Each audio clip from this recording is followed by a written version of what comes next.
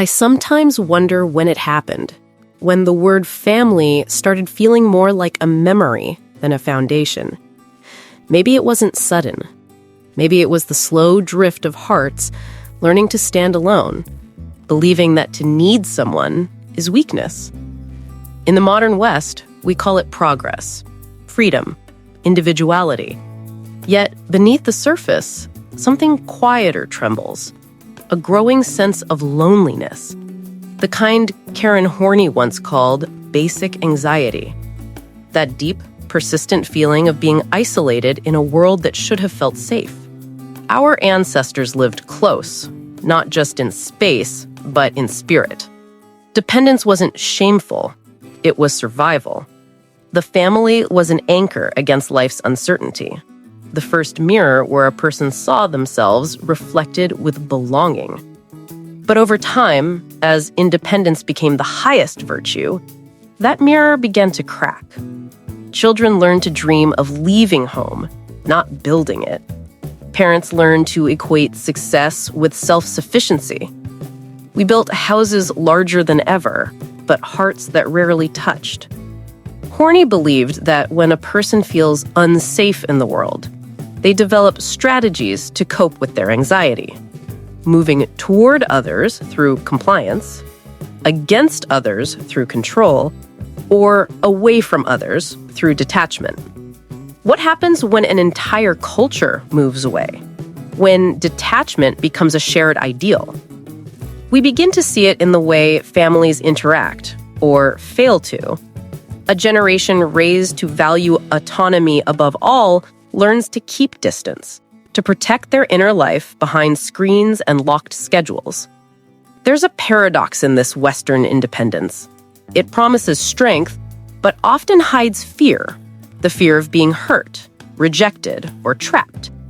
Many of us carry childhood memories of emotional distance, parents too busy, households too divided, affection replaced by achievement. So we grow up learning to love carefully, to depend cautiously. We become adults who can manage everything but intimacy. We can buy comfort, but not connection. We are self-contained and quietly starving. The collapse of the family system is not just economic or cultural, it's psychological. Horney wrote that when a person's real self is denied by pressure to live up to an idealized image, they become divided within.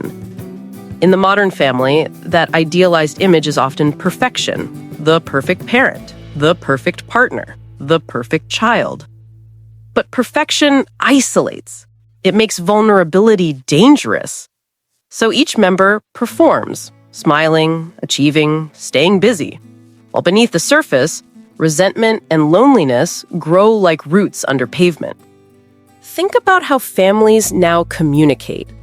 A text message replaces conversation.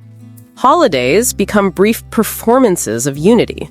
The home, once a refuge, turns into a place of silent screens. We have mastered the art of coexistence without closeness. Horney might say that our neurotic need for independence has hardened into collective detachment. We defend ourselves from pain by reducing our emotional investment, forgetting that love always requires risk. Some blame economics, technology, or shifting gender roles. And all those matter. But underneath them lies the same psychic tension Horney described, the conflict between our need for connection and our fear of losing the self in it. The West has long glorified self-reliance, but when self-reliance becomes self-isolation, the cost is intimacy. Families begin to resemble small islands, each member living parallel lives, rarely crossing waters to meet. In the past, a child's sense of safety came from emotional availability, knowing someone cared, even when life was uncertain. Today, many children grow up sensing that love is conditional, tied to performance or compliance.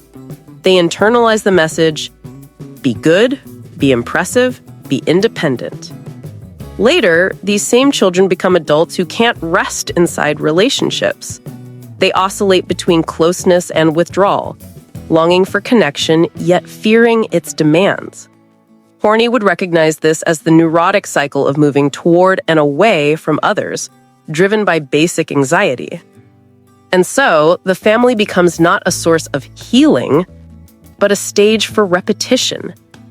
Parents act out their own unresolved conflicts, controlling, withdrawing, overcompensating, while children learn the same patterns, believing this is what love feels like. The family's psychological collapse is the quiet inheritance passed through generations. But the story isn't only bleak. Something in us still remembers. When people feel their loneliness fully, without defending against it, the longing for real connection returns. Horney believed that beneath every neurotic pattern lies the real self, a core of vitality that seeks growth, sincerity, and love. To rebuild family, we don't need to return to the past. We need to return to that real self, both individually and collectively. Imagine a family where independence and intimacy aren't opposites, where parents can say, "I'm struggling," without shame, where children can fail without losing love, where success is measured not by perfection, but by presence. In such homes, the old walls of pride and fear soften. People stop performing and start relating. That's where healing begins, when the need for connection becomes stronger than the fear of vulnerability. Still, it's not easy. The Western mind has been trained to equate need with weakness. We pride ourselves on control, on not needing anyone. Yet the human nervous system was never designed for isolation. We regulate through others, through touch, empathy, eye contact. Without them, we live in a low hum of anxiety, seeking substitutes: work, consumption, endless distraction.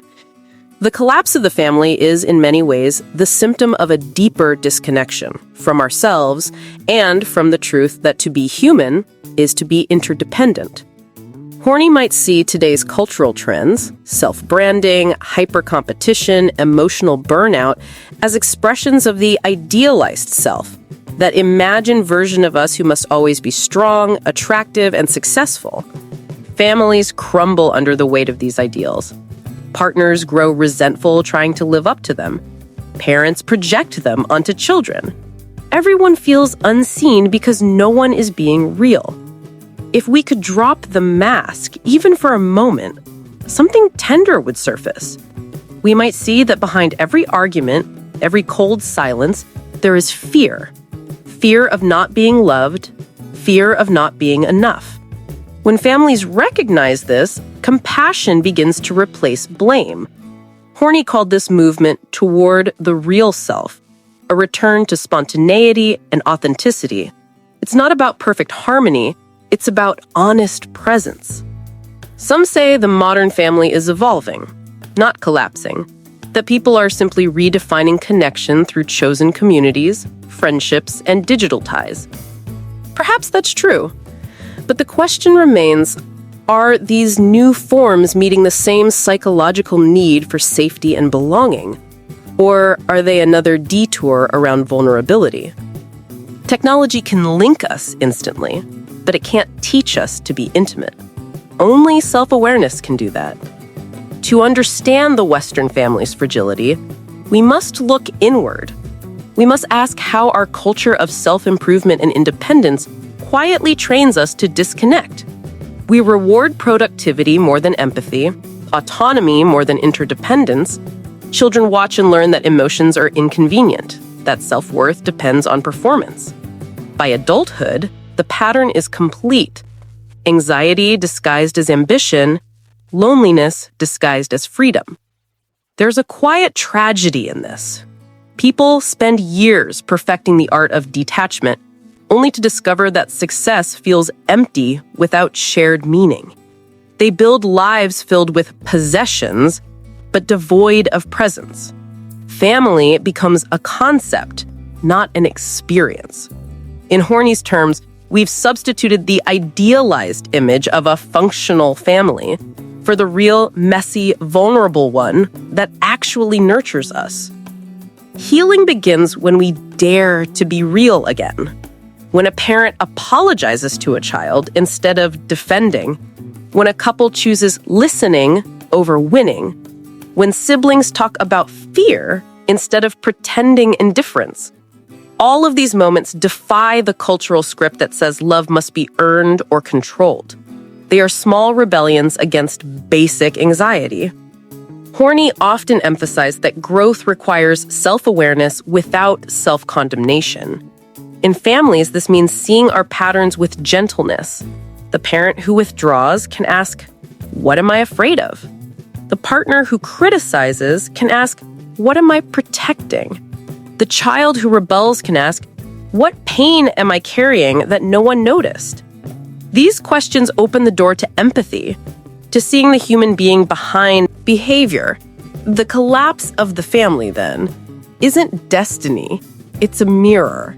It reflects how far we've strayed from the courage to depend on one another. We've mistaken emotional walls for strength, detachment for maturity. But the heart, unlike the mind, doesn't thrive on autonomy. It thrives on connection. And the real self, our deepest nature, knows this. Maybe the future family won't look like the old one.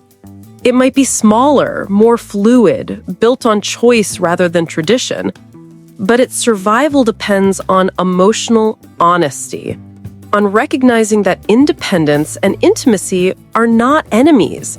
They are dance partners. We can't heal isolation by retreating further into it. We heal it by facing the fear that created it. I imagine a new kind of family dinner table. Phones aside, voices steady, everyone present. There's laughter, but also honesty. Someone admits they feel lost. Another says they're scared. No one tries to fix it immediately. They just listen. That's the quiet revolution Horney might have hoped for. Not a return to the past, but a movement toward the real self, together. In the end, the Western family's collapse is not just a social event. It's a call. A call to re-examine how we define strength, love, and freedom. To remember that autonomy without connection is emptiness disguised as progress. To rediscover the courage of vulnerability. Families fall apart when fear outweighs trust. They heal when authenticity replaces performance. So perhaps the story isn't about collapse at all. It's about transformation. The old structures are breaking because they can no longer hold the weight of our denial. Beneath the fragments lies a chance to rebuild. Not through ideals, but through empathy. Through small, real moments of presence.